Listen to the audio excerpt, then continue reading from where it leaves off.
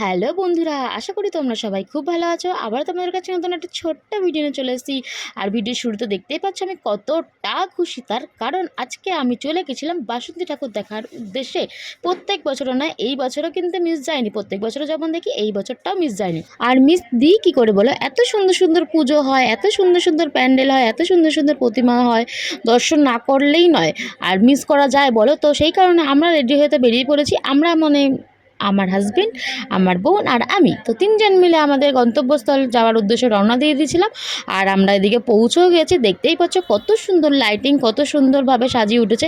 কলকাতার দুর্গাপুজো যেমন করে পালিত হয়, ঠিক ওইখানে সেমনভাবে বাসন্তী পুজো প্রত্যেক বছর এরকমভাবে উদযাপিত হয়। আর তোমরা এদিকে দেখতেই পাচ্ছ কত সুন্দর করে লাইটিং, কত সুন্দর সুন্দর প্যান্ডেল এদিকে তুলে ধরেছে তোমাদের কাছে। আর চারিদিকে মেলা বসেছে, রাস্তায় নানান ধরনের খাবার। মনে হয় কি দুর্গাপুজো চলে এসেছে, কিন্তু দুর্গাপুজো না, সময়টা আলাদা। দুর্গাপুজোর সময় আলাদা, বাসন্তী পুজোর সময় আলাদা। কিন্তু এই যে বাসন্তী পুজোর সেই সময়টা মানে দুর্গাপুজোর ফিল করা হয়, কিন্তু ঠাকুর এক, সবই এক, কিন্তু ওই যে সময়সূচি সব কিছুই আলাদা আলাদা। আর এদিকে দেখো, তোমাদের সাথে কথা বলতে বলতে আমি কিন্তু আমার ডেস্টিনেশনে পৌঁছেও গেছি। আর পৌঁছে গিয়ে আমার কিন্তু ঠাকুর দেখা শুরু হয়ে গেছে আমাদের। আমরা সবাই মিলে প্রথমে এই প্যান্ডেলটিতে ঢুকে পড়েছি। ভেতরে কি সুন্দর কারুকার্য, কি সুন্দরভাবে উপস্থাপনা করেছে, কি সুন্দর লাগছে দেখতে, দেখো। আর ওই যে বললাম, কলকাতায় আমাদের যেমন দুর্গাপুজো দেখি প্রত্যেকটা প্যান্ডেল কতটা সুন্দর, ঠিক বেড়াচাপা এলাকা, আমার শ্বশুরবাড়ি এলাকাও প্রত্যেকটা প্যান্ডেল, প্রত্যেকটা ঠাকুর এত সুন্দর করে উপস্থাপনা করে। ওই যে বললাম যে দুর্গাপুজো বাসন্তী পুজো একই ঠাকুর, একই সব কিছু, কিন্তু সময়সূচি আলাদা বলে। আমরা মাকে এক একটা রূপে এক একটা পূজিত দেখি। তো দেখতেই পাচ্ছ প্যান্ডেলের ভেতরটা কত সুন্দর করে সাজিয়েছে, কত সুন্দরভাবে তুলে ধরেছে প্যান্ডেলের ভেতরে কারুকার্যগুলো। আর এদিকে দেখছো প্রতিমা দর্শন, আর প্রতিমা দর্শনের সময় সঙ্গে সঙ্গেই আর এদিকে আরতি হচ্ছিল প্রতিমার। আমরা ঢোকার সাথে সাথেই মাকে আরতি করা হচ্ছিল বলে সেই সুযোগটা আমরা পেয়ে গেছি। তো আস্তে আস্তে দেখতে থাকো, পরের এই যতগুলো প্যান্ডেল লেগেছি তোমাদের সাথে সবই তুলে ধরেছি। তোমরা আস্তে আস্তে সেগুলো দেখতে থাকো।